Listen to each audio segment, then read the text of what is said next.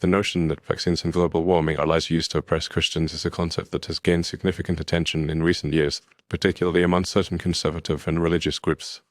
Proponents of this idea argue that these two issues are being used as tools of control, aiming to undermine Christian values and impose a secular, liberal agenda on society.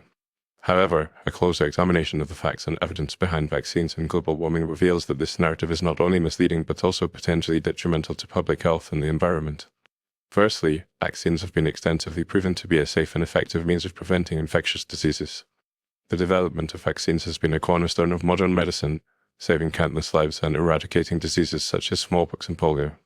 The science behind vaccines is well established, with rigorous testing and peer-reviewed studies demonstrating their efficacy.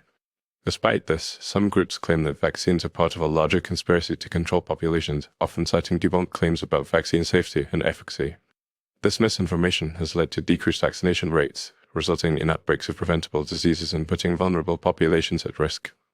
Similarly, the concept of global warming has been extensively studied and verified by the scientific community. The overwhelming consensus among climate scientists is that human activities, particularly the burning of fossil fuels and deforestation, are significantly contributing to the increase in global temperatures. This has severe consequences, including rising sea levels, more frequent natural disasters, and altered ecosystems. However, some argue that global warming is a hoax perpetrated to justify government regulation and control over individual freedoms. This perspective ignores the overwhelming evidence from multiple lines of research, including temperature records, melting glaciers, and shifts in species distributions. The idea that vaccines and global warming are lies used to oppress Christians is often rooted in a broader narrative of secularism and liberalism seeking to undermine traditional values. Some proponents of this view argue that the promotion of vaccines and climate action is part of a larger agenda to impose a secular, humanist worldview that is antithetical to Christian teachings.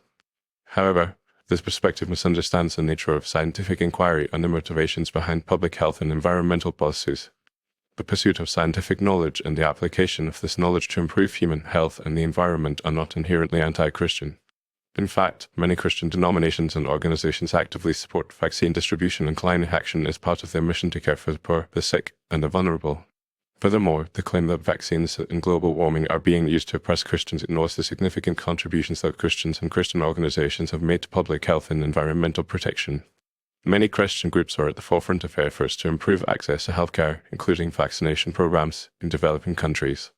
Similarly, Christian organizations are involved in environmental stewardship, advocating for policies that promote sustainable development and reduce pollution. In conclusion, the notion that vaccines and global warming are lies used to oppress Christians is a misleading narrative that has the potential to cause significant harm to public health and the environment. By distorting the scientific consensus on these issues, this narrative undermines trust in institutions and fosters a climate of misinformation.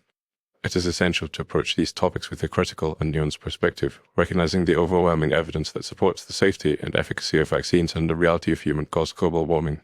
Rather than viewing these issues through the lens of conspiracy and oppression, Christians and non-Christians alike should work together to address the significant challenges posed by infectious diseases and climate change, promoting policies and practices that prioritize human well-being, environmental sustainability, and the common good.